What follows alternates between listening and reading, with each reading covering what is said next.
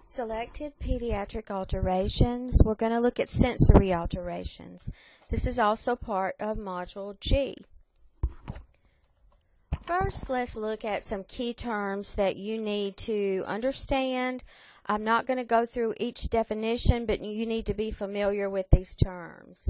Accommodation, acoustic feedback, amblyopia, astigmatism, binocularity, blind, blindisms, buphthalmos, cataract, central hearing loss, color blindness, conductive hearing loss, conjunctivitis, disfluency, epiphoria, esotropia, exotropia, expressive language, goniotomy, hearing impairment, hyperopia, hypertropia, hyphema, language, mixed conductive sensorineural hearing loss, myopia, photophobia, receptive language, refraction, sensorineural hearing loss, speech, strabismus, stuttering, trabeculotomy, visual acuity. And the available resources for learning are Pediatric Nursing, Caring for Children and Their Families, 3rd edition. It says 2nd, but you need to be looking in the 3rd. Davis Drug Guide for Nurses. Things to review and know. You need to review the anatomy of the eye. Binocularity is fixation of two images into one picture, or like a fusion. Stereopsis, binocular perception of depth. Stereopsis is also referred to as three-dimensional space or vision. Binocularity usually occurs by age 6 months. Visual acuity has to do with the clearness or sharpness of an image. Remember from Nursing 103, accommodation is adjustment of the eye to focus on a close image, and visual acuity, as I said, clearness and sharpness of an image. The eye and vision. Vision occurs when light enters through the cornea and moves through the lens and focuses on the retina. As light moves through the lens, the shape is changed by the ciliary muscles. Rods, cones, and macula transmit light impulses via the optic nerve to the brain. And just remember, the optic nerve is one of the cranial nerves. Normal vision occurs when light is focused directly on the retina rather than in front or behind it. And if someone is nearsighted, the visual image is focused in front of the retina. If someone is farsighted, the visual image is focused behind the retina. And these are just some pictorial illustrations of that. There's basically 4 things that go into vision. We're going to talk about those in just a second. Looking at visual impairment, there's 3 underlying reasons for visual impairment. The eyeball may be proportioned incorrectly. There may be damage to one or more parts of the eye that's essential to vision. The part of the brain that processes visual information may not function properly. And those 4 things that go into vision, visual acuity, remember we said that's seeing clearly. We have to have muscular efficiency. You have to have that ability of the eyes to turn and look and work together. We have to have physical integrity. The physical part or mechanics of the eye has to be intact. And then infections, and when you have eye infections, that's a whole different ballgame that we'll talk about a little bit later. So visual acuity, muscular efficiency, physical integrity, and then we have to consider infections. A diagnosis. Visual acuity is assessed indirectly in children less than 3 years of age. Visual acuity is assessed in early childhood or developmentally delayed children by Allen cards. An Allen card is like a black and white pictures of a house or whatever, and the child has to identify what it is. Blackbird preschool vision test. There are basically cards with blackbirds, and the blackbirds are flying in different directions, and the child just points to which way they're flying. Snellen test, that's a chart of ease. And in the younger child, we may even say that's a chart of tables with legs. And the child has to point in the direction that the legs are facing. The Denver Eye Screening Test, DEST, is a single E card. And they use several different of those E cards, and the child also points in the direction that the E is facing. And then the STICAR test. They use T's, H's, V's, and O's, and the child has to match a card that's held up with what they see on a chart. So you look at the chart, you point at the chart, and they'll pick which card matches what you're pointing at. With infants, you just sort of observe an active blink reflex when a light shines across their eyes. Each eye is tested separately, and the results are compared. Pupillary light response, the pupil constricts and the eye blinks closed, that should occur equally bilaterally. Refractive disorders. Light refraction is the manner in which light is bent as it passes through the lens. The depth of the eye globe increases in infants and children with age. Normally, this bending causes a ray of light to fall directly onto the retina. Because of changes in depth of the light rays do not always focus onto the retina accurately. But that's where those images may fall behind or in front of or incorrectly onto the retina. Hyperopia causes vision to be blurry at a close range and clearer far away due to light falling behind the retina. So hyperopia or farsightedness, they're blurry at close range, they're clear far away. The normal hyperopia of a preschooler needs no correction. It's important to keep in mind when performing vision screening that this is the case. Hyperopia begins to diminish at about age 5 as a result of normal developmental changes. Some children do not go through the normal developmental changes and they remain hyperopic. This requires such strong accommodation, these children often have headaches and dizziness. These children will have to wear prescription glasses with convex lenses. Myopia, or nearsightedness, is a disorder in which light rays focus at a point in front of the retina. This makes reading a book or using a computer screen easy. However, the child cannot see the blackboard clearly, so they can see well at close range, not so well far away. Approximately 10% of school-age children have myopia. Myopia is usually a progressive disorder that follows into the teen years where it plateaus. It requires prescription glasses with concave lenses. Myopia tends to run in families. And then astigmatism, or blurred vision. Astigmatism occurs when there is an uneven curvature of the lens or cornea, which prevents light rays from focusing correctly on the retina. We're going to discuss astigmatism a little later or in a little more depth further into the module.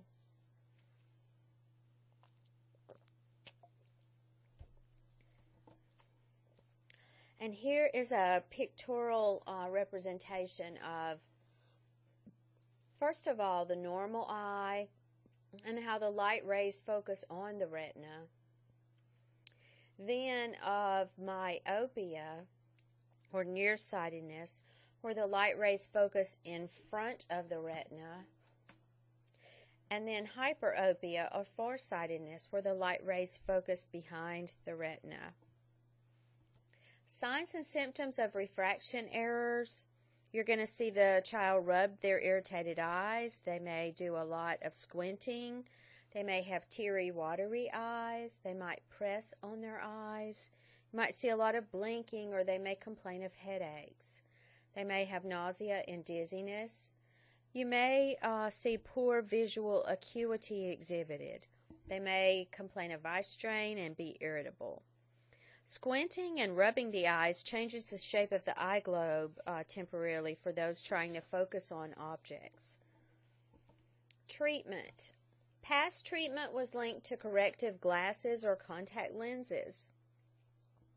Myopia is treated with biconcave or inward lenses to improve distant vision. Lenses must be changed every 1 to 2 years because of growth. Astigmatism is treated with special lenses to correct unequal curvatures to avoid amblyopia, which we'll talk about a little later also. Nursing management is the primary nursing consideration. It's important to screen all children at well checkups and listen to the caregiver's history of the child's behavior in relation to their vision.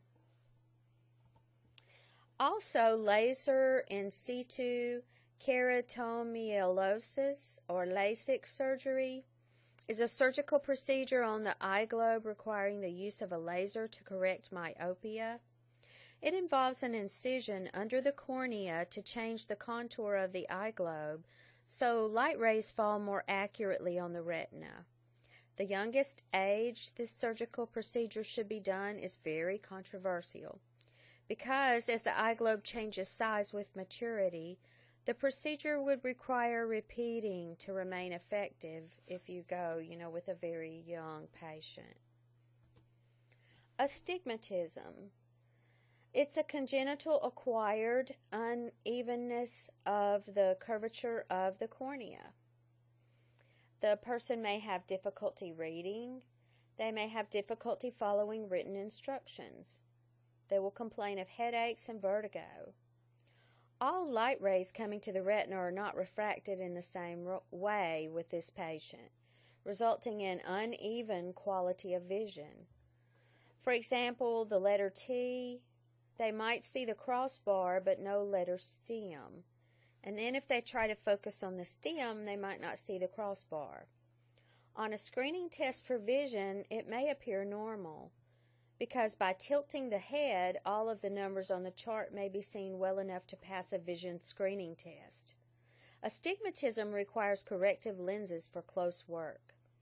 Contact lenses may be most beneficial because they tend to smooth out the curvature of the cornea. Nystagmus is not a disease in and of itself. Children with nystagmus must be referred to a physician so that the underlying cause of the symptom can be determined. And nystagmus is simply rapid, irregular eye movements. It's generally a symptom of an underlying disease condition. It's seen with vision impairing lesions such as congenital cataracts. It can be a neurological sign associated with a lesion of the cerebellum or the brainstem. So some underlying causes can be neurological. People with multiple sclerosis will sometimes exhibit nystagmus. It's also associated with vertigo. Strabismus or crossed eyes. One eye wanders, perhaps. Visual lines of each eye don't simultaneously focus on the same object. And the reason behind this is a lack of muscle coordination of the ocular muscles. Children will constantly be looking at two different objects rather than one fused image. Remember that word, binocularity. With strabismus, they're going to have sort of a double vision going on. To make sense of what they see, they will suppress one of the visual objects, which leads to suppression of central vision in that eye or amblyopia. Approximately 2 to 3% of children have strabismus, and about half of these have a positive family history of the defect. True strabismus cannot be outgrown. The longer it's allowed to continue, the more permanent the loss of vision becomes. And with the corneal light reflex, this may be a screening test for strabismus, and also they may do the cover test where they cover one eye. With the A picture, right esotropia, that right eye is looking inwardly. With the B picture, right exotropia, that right eye is straying outward. And then with C, hypertropia, that right eye is wandering upward. So you can see the eyes are not working together simultaneously.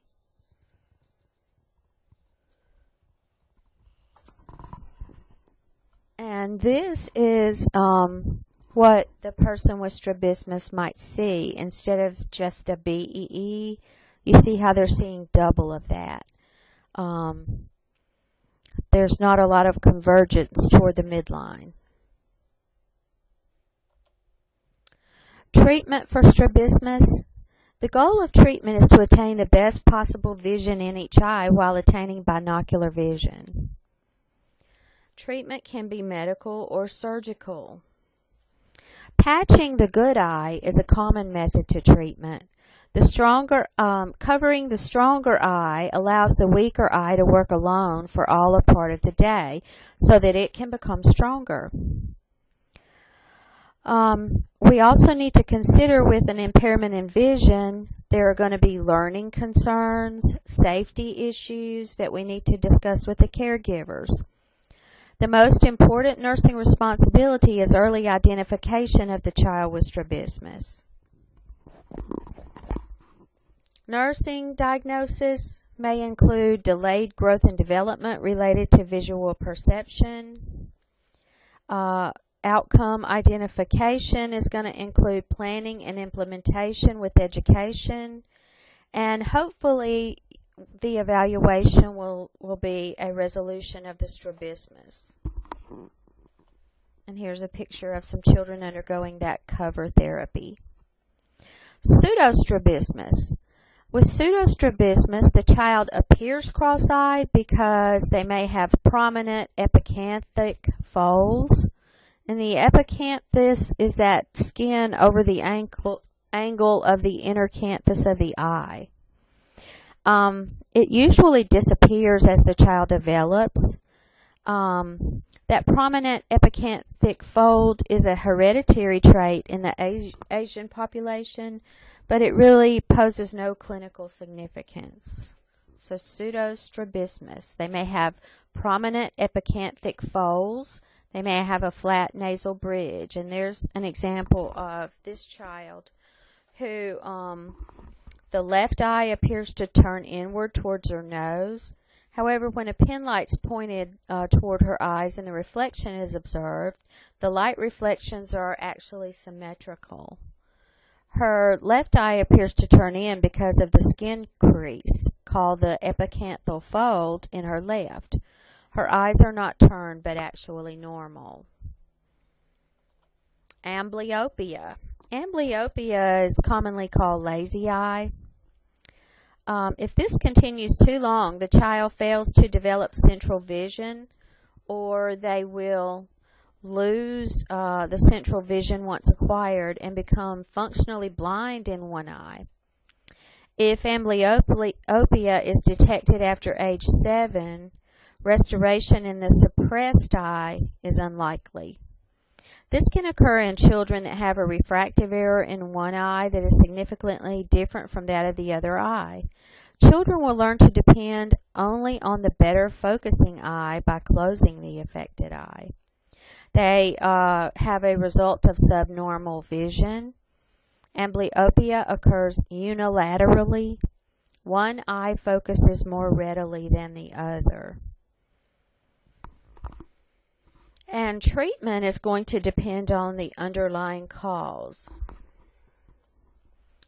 The method of treatment is determined by the underlying cause, and they're going to treat the underlying cause first.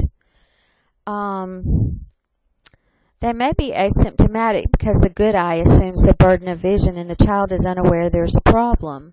The eyes need to be examined periodically before the age of 7 because of the critical period for the visual center in the brain to develop is up until about 6 or 7 years of age. Screening of visual acuity to detect defects during well child visits in children younger than 7 years of age is a primary nursing responsibility. Major treatment of amblyopia is occlusion of the good eye to force vision into the lazy eye. Ptosis. With ptosis, the eyelid doesn't open fully. Ptosis occurs unilaterally. And treatment usually is surgical by shortening the levator muscle in the affected eye. Treatment is surgical by shortening the levator muscle in the affected eye. And here are some examples of children with ptosis. And you can see eye not opening fully, not opening fully, not opening fully. Color vision deficit or color blindness is the inability to perceive color correctly. Cones in the retina that perceive red, green, and blue are absent. There's really more than one set of cones in the eye, but the ones that perceive these basic colors are the ones that are absent. It may involve the inability to see red and green or blue and yellow. A small portion of people with color vision deficit are unable to see all colors. Cones in the retina that perceive red, green, and blue, as I said, are absent. It is inherited as a sex or gender-linked disorder. It occurs in 8% of the general population, more often in boys. Color plates or disc may be used to detect this deficit as early as preschool age. The plates are designed such that children without the deficit see numbers or patterns. Children with the deficit just see jumbled up dots or unclear images, and there is no treatment for this disorder. There is an increased incidence of color vision deficit in children with hemophilia, with congenital nystagmus, with G6PD, and it may be associated with exposure to occupational solvents during pregnancy. You might be wondering what G6PD is. It's an inherited disorder in which the red blood cells are partially or completely deficient in glucose 6-phosphate dehydrogenase. It's associated with acute hemolysis and/or hemolytic anemia. Color blindness. Remember we talked about diagnosing this with color plates. These are the Ishihara color plates. I think they're on page 1033 in your book or box 31-6. The child without any difficulty with color vision would see a 74 in this first plate, a 45 in the second plate, a 16 in the third plate, and the number 2 in the fourth plate. Nursing care for color blindness help child and family learn other ways to discriminate color. Physical integrity problems of the eye. This includes cataracts, which is an opaque clouding of the lens, and glaucoma, which is elevated pressure in the eye caused by obstruction of the outflow of aqueous humor. Cataracts can be complete, which would be all of the lens, or incomplete, which would be part of the lens. Cataracts can be bilateral or unilateral. Acquired maternal infection, trauma, systemic disease, secondary to other eye malformations may be the etiology, or it may be genetic. Genetic is most frequent etiology of cataracts. 1 out of every 250 births has the genetic cataracts. Rubella virus used to be a primary cause of congenital cataracts, but immunizations have pretty much really decreased this. Glaucoma is rare but serious, and if left untreated can cause blindness in the pediatric patient. Epiphoria is excessive tearing. photophobia, light sensitivity or involuntary closing of eyelids, buphthalmos, hazing or clouding of the cornea. So they may have those symptoms with glaucoma. Here is a visual of cataracts. You can see the normal cornea at the top of this illustration and the very cloudy one below. This person has the cloudy one here. This is what their vision might look like. Very cloudy, not clear at all.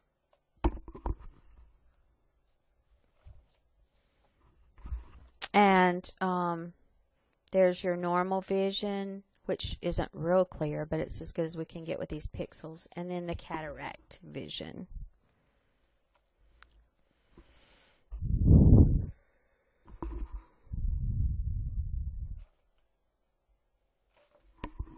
Okay, and this is what the vision would look like for a pediatric patient with glaucoma. You see there's an aura or there's tunnel vision.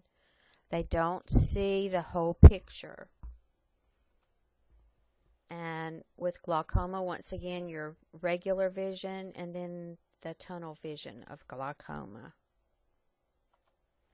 So for cataracts, the treatment, referral to a pediatric ophthalmologist, and they will have surgical removal of the cataract. Surgery must take place before 8 weeks of age to prevent an irreversible lack of vision development. The lens capsule forms during the 4th and 5th weeks of fetal development. It's normally clear and allowing light rays to enter the eye and refract the rays on a clear image there on the retina. But when an organism interferes with lens development, it becomes milky white and cloudy. The diagnosis, it is seen within the eye. Early identification is essential to prevent the suppression of development of the visual cortex in the brain, which occurs during the first 2 months of life. Okay, treatment for glaucoma. Definitive treatment is surgery, a goniotomy or a trabeculotomy, to open the outflow of the aqueous humor from the anterior chamber of the eye. Glaucoma, as I said, is rare but serious. It is a disease where intraocular pressure of the eye increases because of defect in the drainage system of the eye. This is usually caused by a developmental anomaly of the angle of the eye. Normal intraocular pressure is 12 to 20 millimeters of mercury. Major post-op nursing goals are management of intraocular pressure, management of pain, reducing fear and anxiety, and teaching the caregivers to manage care at home. Measures to prevent an increase in intraocular pressure are important, and activities that can increase that pressure are things like straining or crying or becoming startled. Infection or inflammation of the eye. Know the correct way to educate parents on the following: instilling eye drops, applying ointment, applying compresses, and the importance of completing antibiotic therapy. And we learned all those things in Nursing 104. You are responsible for this knowledge. Infection, inflammation, just some terms. A stye is infection of a ciliary gland. Chalazion is a tissue tumor of the meibomian gland of the eye. Blepharitis marginalis, inflammation of the eyelid margin. And inclusion blenneria is inflammation resulting from birth to a chlamydia infected mother. The meibomian gland is a sebaceous gland in the eye. Blepharis is an inflammation of the lash follicles and the meibomian gland. And blenneria is excessive mucus. Other terms: conjunctivitis, inflammation of the conjunctiva, and you may hear that in lay terms as pink eye. There are two types of conjunctivitis: neonatal conjunctivitis and childhood conjunctivitis. Neonatal conjunctivitis is caused by chemical irritation or infection passed to the child from the birth canal. Childhood conjunctivitis is caused by an allergy or infection by bacterial or viral agents.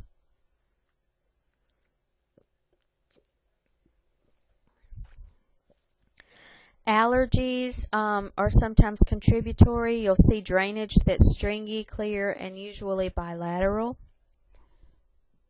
Bacterial drainage tends to become sticky and mucopurulent, and the child will awaken with their eyes sort of glued shut.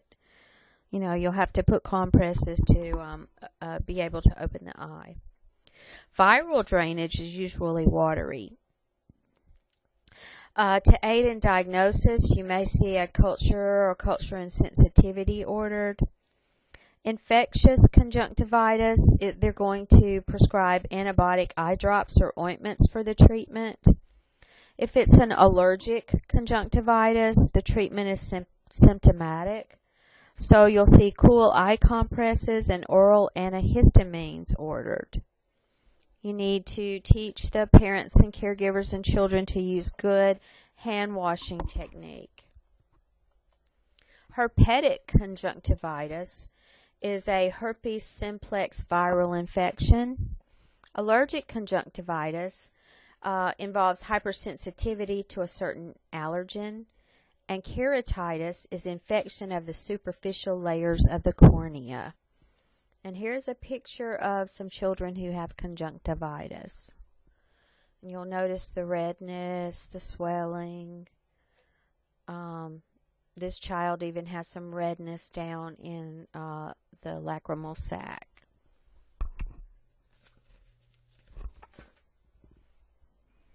Sensory neural blindness, also sometimes referred to as legal blindness. Legal blindness occurs when visual acuity is less than 2200 or less with correction. A child is said to be blind when other senses, such as hearing and touch, are relied upon as a chief means of task performance and learning. It's caused from damage to the optic nerve or the visual center of the brain. Blindisms occur when a child is physically ready to be mobile but cannot see or see well enough, and there's a functional delay. And this functional delay causes the child frustration, which can result in physical signs such as swaying and rocking. Blindness affects every area of development: attachment, mobility, learning, socialization, body image perception. There's a case study on pages 1044 through 45 for a child with visual impairment. Eye trauma. Eye trauma is the leading cause of blindness in children, and the trauma can be penetrating or non-penetrating. Children are actually more likely than adults to receive eye trauma, and boys more than girls. Penetrating eye trauma is with a sharp object like sticks, pencils, BBs. Non-penetrating, a foreign object such as a ball, a fist, or an airbag, a chemical burn, or a thermal burn. Chemical burns to the cornea are the most serious. Alkali burns are more destructive than acid burns because alkali damages the cell membranes and allows continuing penetration of alkali into the eye. Foreign bodies to the eye must be removed carefully as to avoid abrasions to the cornea and to decrease risk of infection. All treatment is focused on preventing further damage to the eye. As a complication from traumatic injury, immediate treatment is required. Topical anesthetics should never be used for an eye abrasion. They can retard healing and may mask pain associated with a serious infection. And another term there, hyphema, hemorrhage into the anterior chamber of the eye. Eye knowledge. Ultraviolet ray exposure can cause solar retinopathy, which is a non-inflammatory eye disorder. Can also cause cataracts, age-related macular degeneration. Light-colored eyes more likely than dark-colored to develop non-inflammatory eye disorders. Hearing impairment.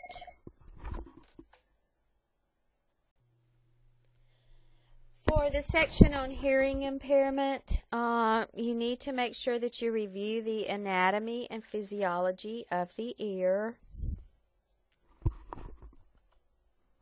And here is a picture of the anatomy and physiology of the ear. Hearing impairment can range from mild to profound. The impairment is usually described in terms of loudness and in pitch of sounds. Loudness is the intensity, and pitch refers to the frequency of the sound. Normal hearing development, there's a table in your book on page 1156, table 31-3 that you can review. Deafness is an impairment so severe that the child is impaired in processing linguistic information through hearing with or without amplification. Hearing definitely improves a child's language development. Receptive language is a term that you need to know that means understanding what others say to you. Receptive language, understanding what others say to you. And expressive language is the ability to speak verbally where others can understand.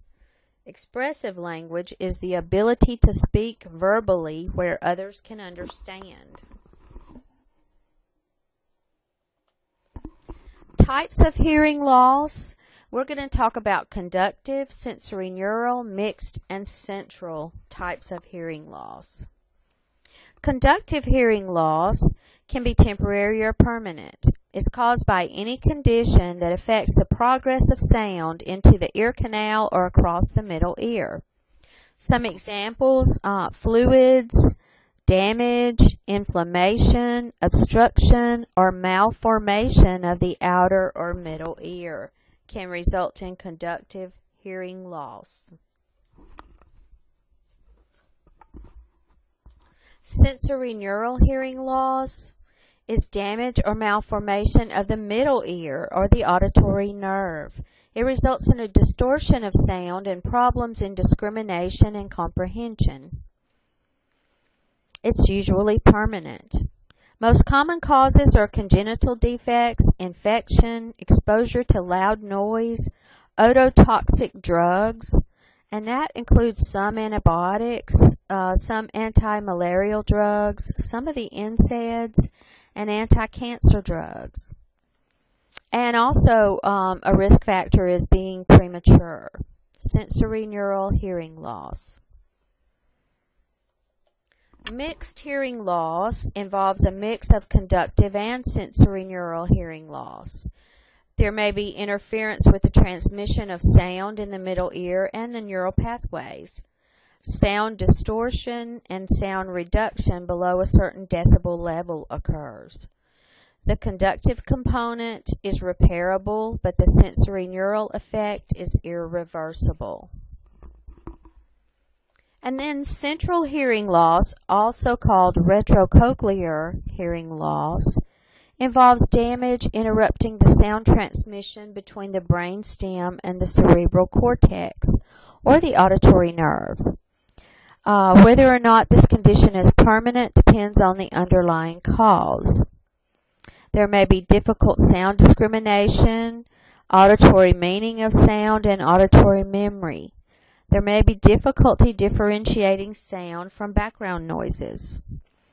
Box 31-3 on page 1157 gives etiologies of congenital and acquired childhood deafness.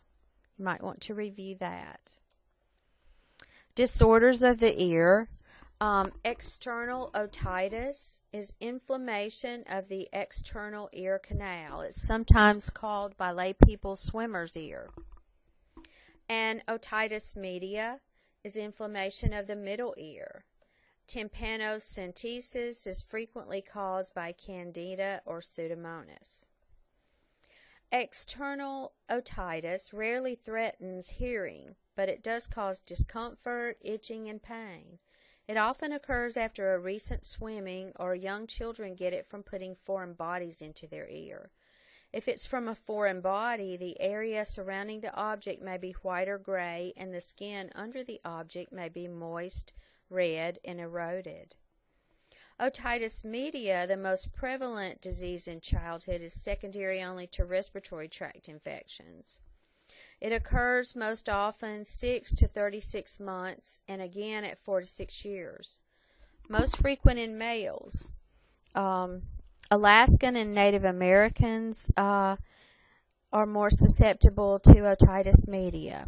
Formula-fed infants are also more susceptible because of the slanted positioning allows formula to enter the eustachian tube. There's a greater incidence in winter with smoking parents and with constant pacifier use. It's serious because if it's not treated, it can cause permanent damage to the middle ear structures, and that can result in hearing impairment. The child, you'll usually first notice itching and then pain that becomes acute when the external ear is manipulated. The moisture left in the ear canal from swimming has caused inflammation. Then a secondary infection occurs in the closed dark space. It's generally associated with a respiratory infection. You may see a sudden spike in temperature. If it's a fungal infection, the entire ear canal may appear brown or black.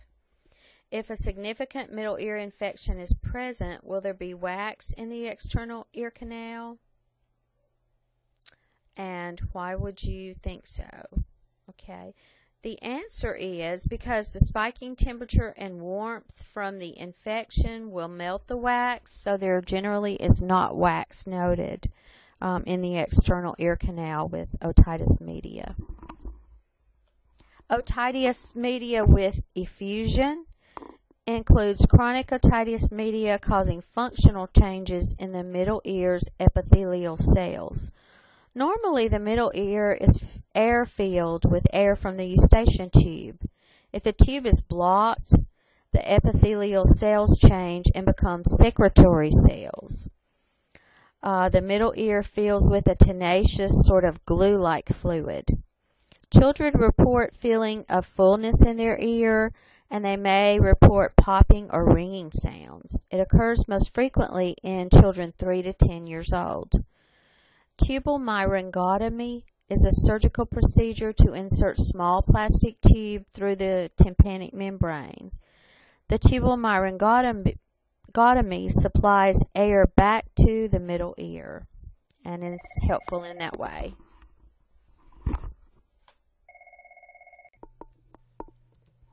Hearing test. There are some hearing tests that can help to definitively decide if there is a hearing impairment. One of those hearing tests is called the Bayer hearing test, which the BAER stands for Brainstem Auditory Evoked Response. This is where a stimulus is presented and the brainwave responses are recorded. It's done through electrodes placed on the forehead in the mastoid process. It requires sleep, so sedation may or may not be necessary. And then there is the OAE hearing test. Sound moves through the cochlea, and as it does, thousands of tiny hair cells vibrate and send a signal to the 8th cranial nerve and then to the brain. If the cochlea is functioning normally, the hair cells simultaneously emit an echo of sound to the middle ear. These sound echoes are what are recorded. And if you want to examine some pictorials of this, you can look at page 1025, table 31-6, box 31-4. And you also can look at page 1162 for various types of hearing aids. And there's a case study of a child with hearing loss on page 1164 and 65. Our children may learn about heroes of the past. Our task is to make ourselves architects of the future. And if you want to wonder what's going on with that child, the Bear test newborn screening is being done, and this is done a lot on children birth to 6 months, and the electrodes are placed there so that the brain waves can be recorded as sound is introduced. So just some questions for thought. How does acute otitis media differ from otitis media with effusion? And the answer to that is otitis media with effusion is a chronic condition causing functional changes of the epithelial cells. Another question for thought. When you are the nurse caring for a child with a hearing impairment, what must you remember when attempting to provide direct care? And what we should always remember is that the child needs to see us before we actually touch that child. We could really startle or create fear in a child if they're not able to see us before we touch them and they have a hearing impairment. And that concludes this hearing, sensory, and vision part of the module.